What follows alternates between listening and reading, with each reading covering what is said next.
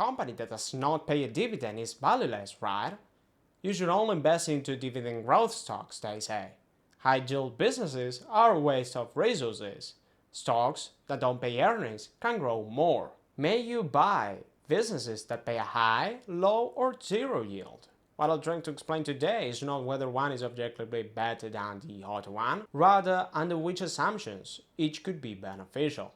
The story of dividend-paying corporations came back from the 1600s. The Dutch East India Company, founded in 1602, was a Dutch trading business that became the first multinational company and the first also to issue publicly traded shares, enabling investors to finance long-distance Asian trades in spices, textiles, and other goods.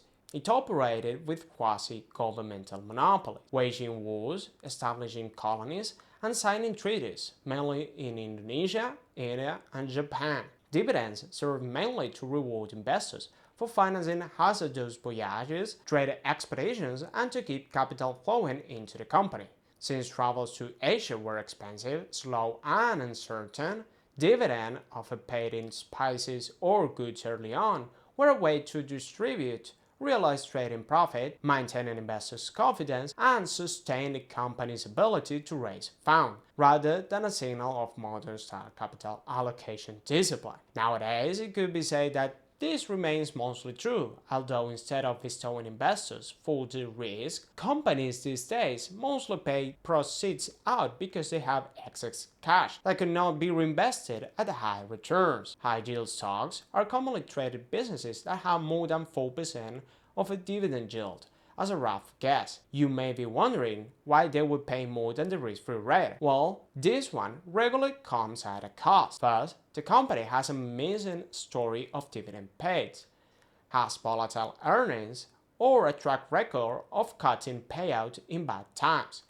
These yields are not perceived as permanent, so they are actually returning a couple of years of good sales, but will decrease or even stop paying once detected a decline in the cycle. The other thing related to this could be that the company is in a highly competitive market with much volatility. They lose money on the downturn of the cycle, then they could only pay at peaks and have trouble surpassing the lag of the market. So they are mainly considered unsustainable, or they seem that the company has a cost of capital greater than its return on revenues. But even aside of this, we're missing an important argument. Every year that passes, we have our friend inflation, which reduces our real dividend, meaning that each year we'll buy less as prices went up. So if a company pays a nice 6% one year, next ones stay flat, it actually went down. It would be easy for them, at least on paper, to keep paying it, even increase it at a lower rate than inflation. Other caveat that if the yield is high, caused by an aggressive payout ratio, which represents how much of their proceeds they are paying in dividends, they may be lacking funds to keep reinvesting into the business. On the other hand, what could be said positive about high-yield stocks is that they keep paying when financial markets, and not economic ones, are down, meaning investors could repurchase or allocate that capital more efficiently than, for instance, low or zero yield corps. High yield dividend stocks are commonly avoided due to high taxes. In the end, company gets taxed when they earn money and when they pay it out, in addition to low growth and high uncertainty. But then, who buys them? Well, mainly, high yield business is attractive because of its high yield. Those who seek out a cash flow, or simply they are not comfortable enough in companies that do not return money. In the end, most businesses go bankrupt, and many of them don't harness their cash piles. Therefore, the best alternative is just to keep returning capital to the outside investors. A few examples: AT&T, Dow Chemical, or Verizon.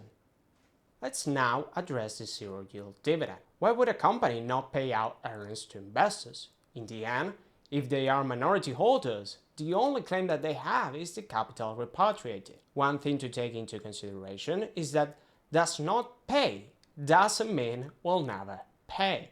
And even though they never pay, as the case of Berkshire Hathaway, there are other ways to reward investors. The main argument for businesses that opt not to pay earnings is because they can reinvest those profits at high rates that will generate excess return in the future. So it's not going to be wasted, rather kept in the firm for a good purpose, a promise of greater dividends or cash flows beyond. The main objective to this kind of stocks is that they underperform during downturns, as investors are not being compensated, at least partly, for staying in, and the managers could not know enough about the sector and may be burning cash and not producing attractive returns for the applied uses of these surpluses. So, the bad thing about zero payers is that they perform poorly in recessions and low cycles, and managers may not be optimizing the capital allocation. What about the good part? On the basis that executives decide to keep extra cash inside and use it profitably, the company will see massive growth from this capex that will translate into higher capacity, either to reinvest bigger or pay more to shareholders. As I said before, investors also get awarded returns as a form of share buybacks. As you may know the allusion, every time the company purchases back its own shares, your ownership stake increases. Think of it this way. Suppose you hold 20 of 100 shares in a joint venture. If the managers decide to buy 60 shares, your ownership now went from 20 to 50. And this is the trick. Even though the firm earnings remain flat at, say, $2, you have now to write off half of that instead of only 20%. What you'll see in a business that buys back its own shares a lot is an increase on the EPS despite what's happening to the earnings. Therefore, under a long-term perspective, zero-dividend stocks tend to overperform, but comes at a cost. You need to hold them even when they lag the entire market, and managers must remain disciplined, accepting only attractive investments. As a corollary, they also benefit from tax advantages, as investors who have no payments will not get taxed, and stock buybacks neither. Among the list, you got Netflix, Amazon, Berkshire Hathaway. Finally, we got to the low-yield, high-growth dividend stocks. These are firms that opt out to pay a small fraction of their free flows, generally below 50%, in order to remain investing and grow in both their earnings and dividend payout. Diverse studies shows that dividend aristocrats, regarded as those stocks that have consistently increased their dividends every year for at least 20 years, have a tendency to suffer the least from downturns and have still a huge share of the ride up. Dividend growth stocks tend to be higher quality than those of broader market in terms of quality of earnings and leverage. Quite simply, when a company is reliably able to boost its dividend for years or even decades, this may suggest it has a certain amount of financial strength and discipline. Based on a simple scenario, stocks that have lower yield and higher growth in comparison to average yield, average growth, and high yield and no growth had tremendous long-run benefits, being attributed to compound returns. Imagine them as a bond, but that increases the amount of face value that pays in the future and coupons paid each year. Truly incredible. They are materially valuable to investors as they provide a steady and safe stream of cash that's growing over time, but also not renouncing to growth because they still restrain some resources in a business to keep expanding. The result, a nice share appreciation combined with a nice dividend payment. But they could not be that good, aren't they? Of course, everything has a cost. First, a dividend could be a signal that the business has hit a wall and cannot reinvest at high returns unless they accept lower margins, signifying that they are being affected by diminishing returns. And second, in relation to zero dividends, since the latter are more tax efficient than the former, zero payers still have greater expected long-term returns, as they get full benefits of taxes and compound interest. Some of them could be Microsoft, MasterCard, Apple, Visa. What's the conclusion then? We have 3 different stocks for 3 types of investors, I would suggest. First, the high yield, especially attractive for cash flow seekers and business cycle predictors.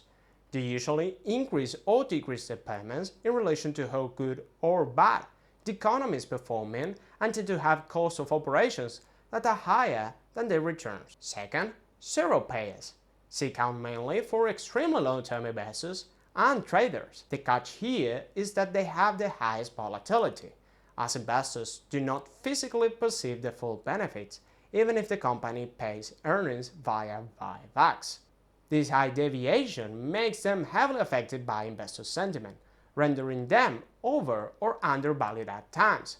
Short-term traders benefit from these strong swings, and long-term financiers are promised greater future cash flows due to compound effect. Finally, dividend growers. They are the perfect mixture, providing cash during market corrections, allowing for investors to buy at better prices, but nonetheless having a huge share of the comeback as they still expand. They are the primary focus of investors who want payments to either withdraw or buy more back, but without jeopardizing the extended view. Recall that, not financial advice, you are not obliged to buy only one kind of them. You could hold multiple positions that align with these categories. Particularly, the S&P 500 holds a basket of 10% high yield, 20% zero, and 70% growth stocks, leaving investors an appropriate portfolio. Well, that's it for today. I appreciate you watching the entire video. If you like it, subscribe and hit the like button. If you did not enjoy it, please tell me in the comments why so I could fix it for the upcoming videos. My name is Fausto Catalano and I'll see you soon.